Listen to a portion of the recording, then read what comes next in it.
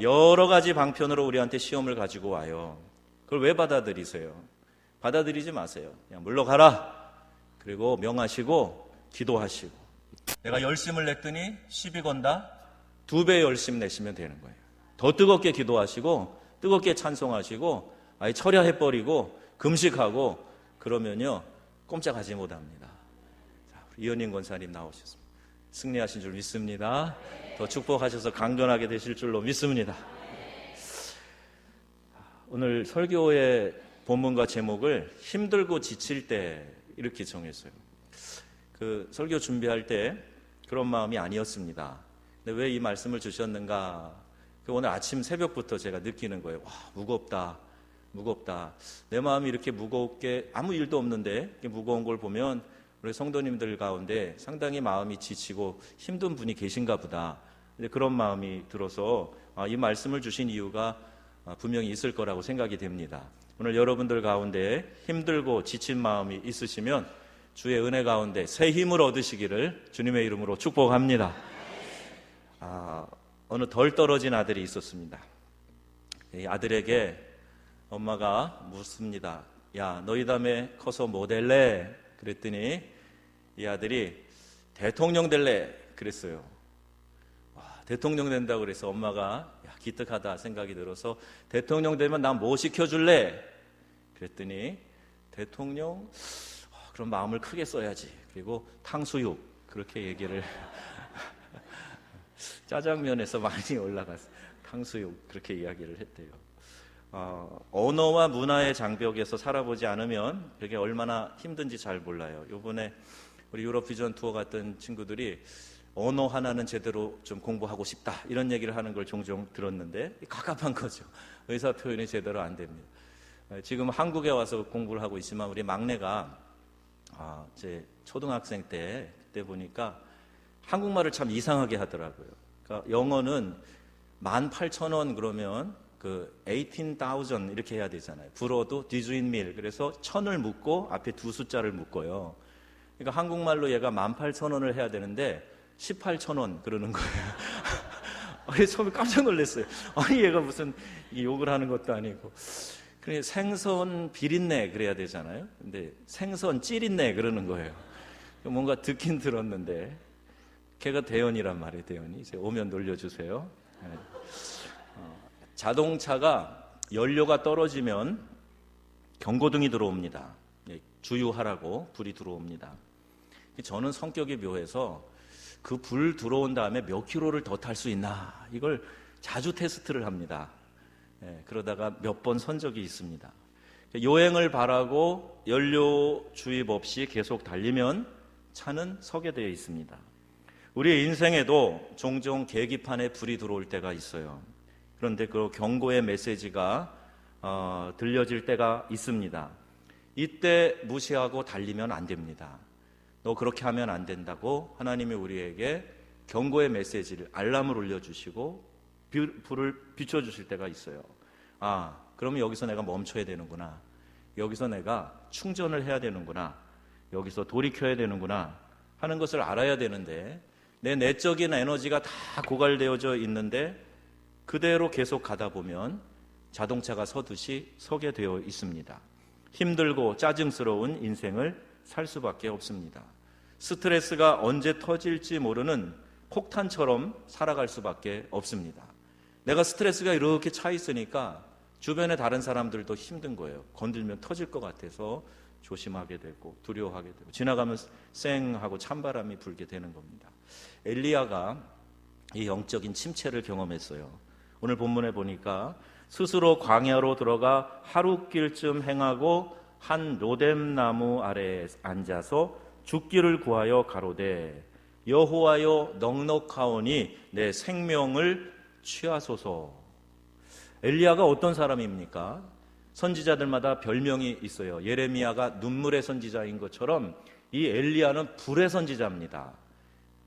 아시는 것처럼 갈멜산에서 이 바알과 아세라 선지자 850대 1과 싸움을 하는 거예요. 그 혼자서 850의 우상 선지자들을 맞서서 기도로 승부를 하는 겁니다. 여호와여 불을 내려주소서 그랬더니 하늘에서 불이 내려서 번제단에 있는 송아지를 불태웁니다. 물을 갖다 들이붓어요. 그런데 그 물이 다 말라버리도록 강력한 불이 임해서 이 번제물을 태우는 거예요. 850명의 바알 아세라 선지자들이 춤을 추며 자해하며 자기들의 신을 불렀지만 아무런 응답이 없었는데 여호와께서 불로 응답하셨어요. 그래서 엘리야를 불의 신이라 그럽니다. 그가 기도하니까 3년 6개월 동안 가물었던 땅에 비가 내립니다. 이런 선지자예요. 그런데 이세벨이 죽이겠다 그러니까 꽁지가 빠지게 도망가가지고 로뎀나무에 기대서 넉넉합니다. 그만 살겠습니다. 나는 내 열조랑 다를 것이 없으니 내 영혼을 지금 거두어 주세요. 이렇게 이야기하고 그렇게 기도하고 쓰러져 잡니다. 하나님이 천사를 보내서 그를 어루만져서 깨우세요. 그리고 일어나 먹어라. 이렇게 이야기하시는 겁니다. 우리의 삶 가운데 영적 침체가 찾아옵니다. 우리의 육체도 피곤하면 지치듯이 우리의 영혼도 지쳐요. 시험을 만나면 지칩니다. 사명 없이 살아가면 지칩니다. 예배 건성건성 드리면 우리의 영혼이 지칩니다. 그때 지쳐있는 영혼을 하나님이 찾아오셔서 너 왜 그랬느냐고 나무라고 꾸짖으시는 게 아니라 어루만지시는 거예요. 그리고 일어나 먹어라. 다시 쉬고 힘을 충전해라. 다시 나로 하여금 생명의 에너지를 공급받아라. 이렇게 말씀하시는 겁니다. 우리는 어떻게 영적인 에너지를 충전할 수 있겠습니까? 하나님의 능력을 우리 안에 공급받는 유일한 방법이 있어요. 그게 바로 기도라고 믿습니다. 기도는 하나님과 대화하는 거예요. 우리의 영혼이 숨을 쉬는 겁니다. 그래서 기도를 함으로 우리 하나님과 만나서 하나님이 주신 능력을 우리가 공급받게 되는 겁니다. 기도 없이 우리는 하나님의 뜻을 알지 못하고 정직한 영으로 새로워질 수 없고 능력을 체험할 수 없습니다. 많은 현대 그리스도인들은 기도로 세상을 바꿀 수 있다고 믿기보다는 기도로 세상 속에서 하나님의 뜻을 이해하고 내 믿음과 평안을 지켜나간다 이렇게 생각하는 경우가 많이 있습니다. 비슷한 얘기 같은데 한 가지 중요하게 다른 것이 있습니다. 뭐가 다른가? 기도함으로 아무것도 바꾸어지지 않고 그냥 내가 거기에 적응하고 마음의 평안을 얻는 것이라면 도대체 우리는 언제까지 기도할 수 있을 것인가? 이런 의문이 들어요. 아무리 우리가 하나님의 뜻을 이해하는 척 하더라도 내가 하나님 앞에서 변화되지 않는 그냥 내가 거기 맞춰가는 그런 기도만 하고 있다면 여러분 언제까지 기도하실 수 있겠습니까? 금방 지치고 금방 포기하고 말 겁니다. 어차피 하나님 뜻대로 되는 거 아니에요? 나는 그냥 기도 안 하고 따라가면 되죠. 뭐 내가 하나님 배신만 안 하면 배반만 안 하면 되지 뭐 이렇게 생각하고 소극적으로 될 수밖에 없어요. 기도하다가 나름 낙심했다 하는 경우를 가만히 들여다보면 이와 같은 경우가 많이 있습니다. 정말 하나님이 살아계시고 내 삶을 바꿀 수 있고 운명이라고 생각하는 것까지 하나님이 뒤집어 놓을 수 있다고 믿는다면 우리는 기도에 그렇게 소극적일 리가 없어요. 기도를 안 믿거나 내가 하나님의 입장에서 최대한으로 하나님을 내가 맞춰드린다고 이상한 생각을 하고 있기 때문에 그렇습니다. 과연 하나님께 매달려 부르짖는 기도를 내가 드릴 수 있을까? 하나님은 우리의 기도를 통해서 불가능을 넘어서게 하시고 세상을 바꾸어 주시는 능력의 하나님이심을 믿으시기 바랍니다.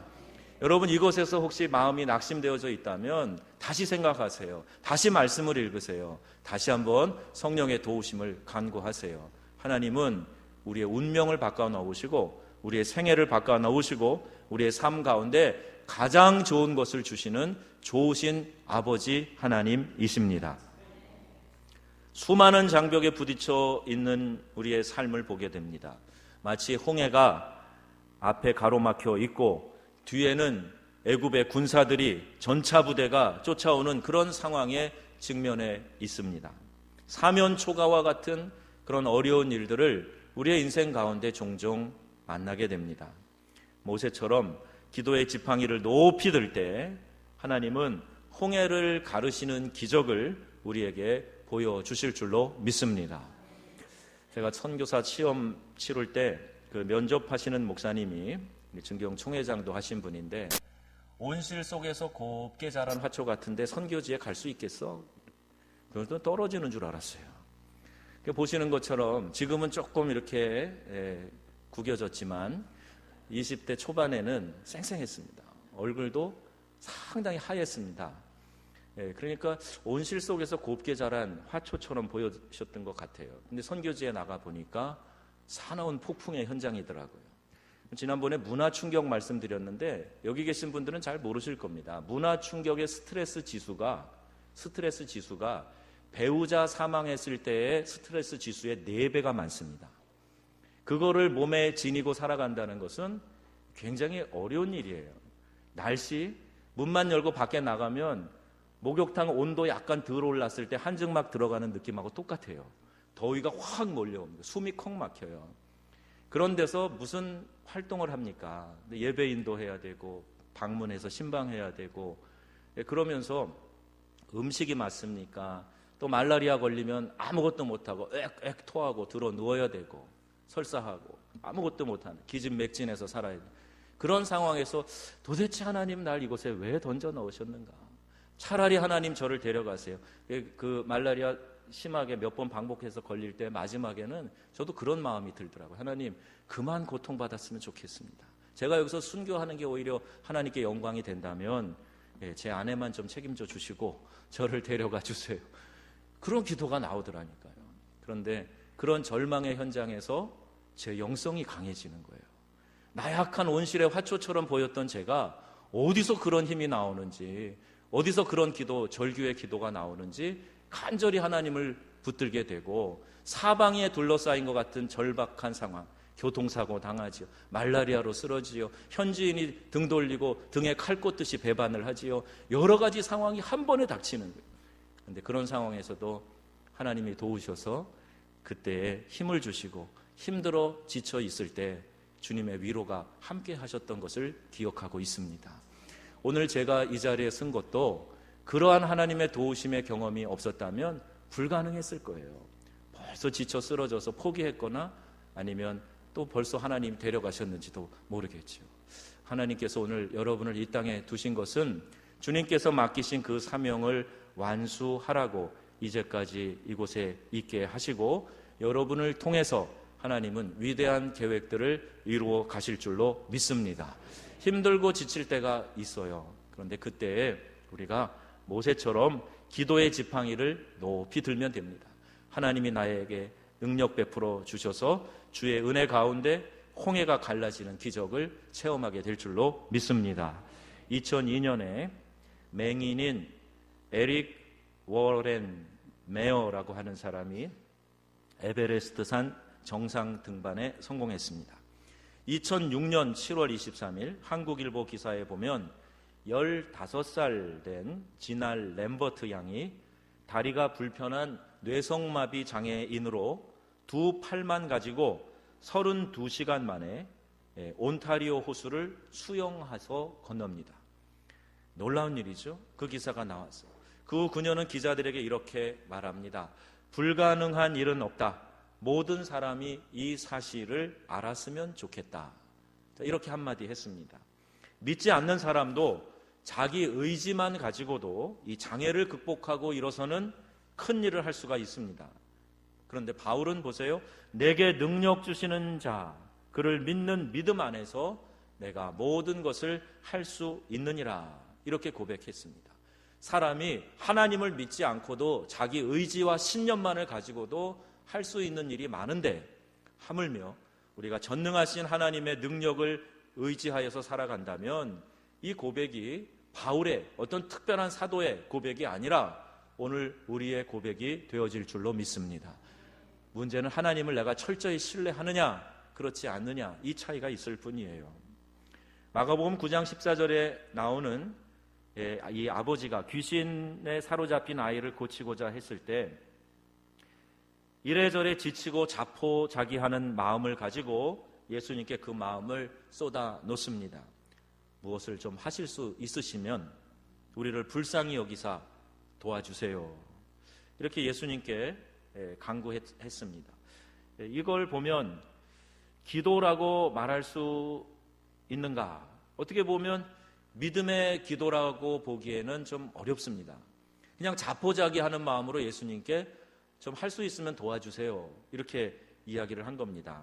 그래서 주님은 안타까운 마음으로 그의 잘못된 믿음, 잘못된 생각을 고쳐주십니다. 할 수 있거든이 무슨 말이냐? 믿는 자에게는 능치 못할 일이 없느니라, 이렇게 말씀하신 거예요. 여러분, 우리가 기도할 때 이 아버지처럼 이미 많이 지치고 피곤해서 하나님, 그냥 할 수 있으면 좀 도와주시죠. 내가 해도 안 되는데 하나님 어떻게 좀 해주시면 안 됩니까? 자, 이런 마음으로 소극적으로 마치 푸념처럼 그렇게 기도할 때가 있어요. 지쳐서 그렇죠. 이해가 됩니다.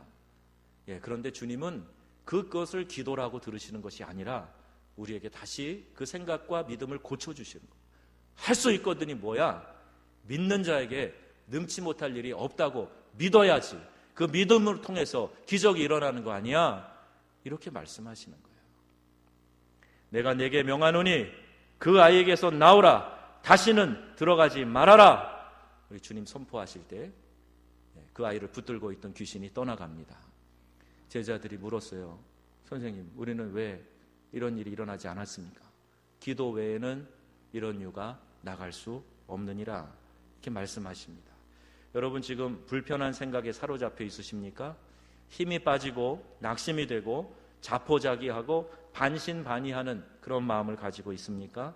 예수님 이름을 의지하여서 나에게 시험을 가지고 오는 악한 세력에게 명령하시기 바랍니다. 예수의 이름으로 명하노니 내게서 떠나가라, 이렇게 선포하시기를 바랍니다. 한번 해보세요. 예수의 이름으로 명하노니 내게서 떠나가라. 불신앙은 떠나가라. 두려움은 떠나가라. 미움 다툼 떠나가라. 예수의 이름으로, 그 선포하시는 거예요. 불가능은 누구에게나 어떤 세대에나 있습니다. 그러나 어떻게 극복하느냐가 중요합니다. 예수님은 불가능을 가능하게 해주시는 분이십니다. 그러므로 예수님과 함께 할 때 가능하고, 예수님과 함께 하지 않으면 불가능합니다. 예수님과 함께한 사람은 모든 것을 다 극복했어요. 아픔을 극복하고 배고픔을 극복하고 심지어 죽음을 극복하고 불가능을 넘어설 수 있었습니다. 불가능을 가능케 하시는 주님을 만나면 나도 그 불가능을 넘어설 수 있습니다. 내게 능력 주시는 자 안에서 내가 모든 것을 할 수 있다고 했던 이 고백의 능력 주심, 이것은 활력을 불어넣는다라는 의미를 가지고 있습니다. 주님께서 내 인생에 활력을 불어넣어 주시면 내 삶이 되살아난다는 겁니다. 기도와 찬송과 섬김과 기쁨이 살아나고 생기가 넘치게 되는 것입니다. 내 건강에 활기를 넣어주시면 육체가 힘을 얻고 모든 질병에서 치유될 수 있습니다. 예수님은 우리의 구원자이시기에 그분은 불가능을 푸는 열쇠입니다. 불가능의 벽을 뛰어넘는 사닥다리가 되어 주시는 것입니다.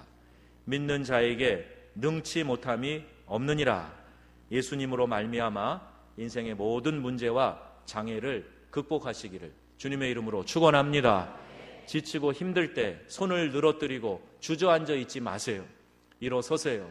손을 내밀려고 하는 의지를 가지면 한편 손 마른 사람도 그 손을 쭉 내밀었어요. 예수님이 명령하실 때 순종하면 되는 겁니다. 지금 들려지는 이 하나님의 말씀이 여러분에게 주시는 하나님의 음성으로 알아서 주저앉아 있지 마시고 손을 늘어뜨리고 있지 마시고 믿음으로 일어서시기를 바랍니다. 손을 내미시고 우리 주님의 능력의 손을 잡으시기를 주 예수님의 이름으로 축원합니다. 축원합니다.